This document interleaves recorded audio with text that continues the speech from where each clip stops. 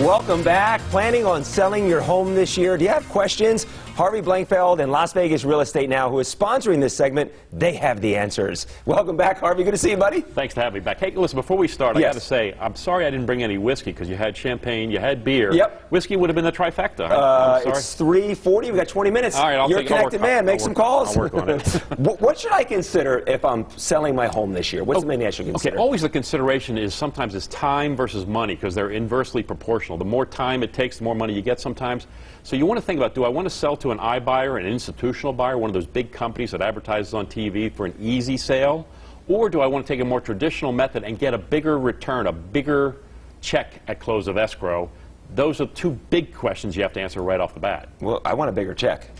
Most people do. Yeah, I want more money in my pocket. Yeah, and they get confused. The iBuyers, the people who are out there selling, will tell you you're going to get market value, but it's not retail market value. It's wholesale market value. You're selling to somebody who's going to sell it for profit.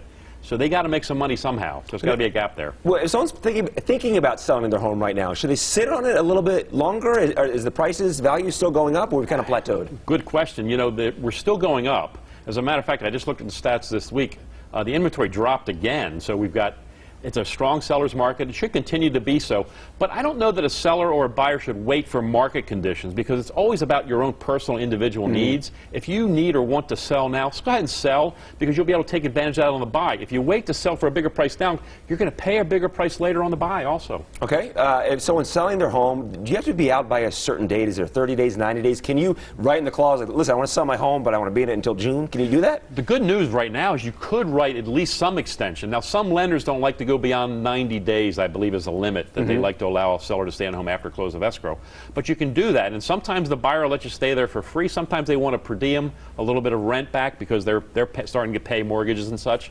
But absolutely, in a seller's market, you have a lot of leverage. So yeah, you can usually ask for those things. So it's definitely still a seller's market. Absolutely, no question about it. What can someone do if they're planning on selling their home to kind of maximize their profits? What can they do if someone puts in a new backyard? Is the value of their home going to go up? What are certain things that they can do? That's a great question. You watch all these TV shows and they spend a ton of money trying to improve their home for sale.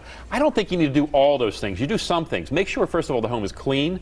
Make sure it's decluttered, make sure everything works in it, and make sure you have a good first impression. Make sure that curb appeal is there.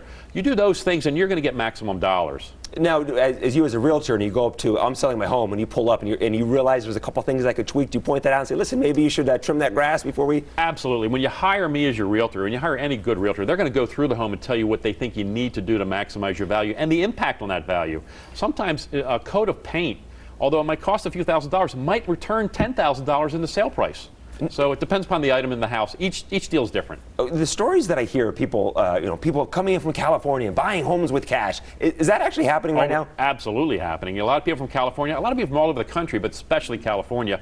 And yeah, there's a lot of cash purchases. More than 30% of our single-family home sales this past quarter were cash purchases. 30%, that's a lot. Now, someone is not that's watching right now that's not in that, I don't know, that league of buying a home with cash and stuff. Is there still hope for them to buy a house? Oh, absolutely. Yeah. You know, first of all, go to your lender first. Get pre-approved. Yes. Get yourself a good, strong letter from your lender. The seller always wants the most money.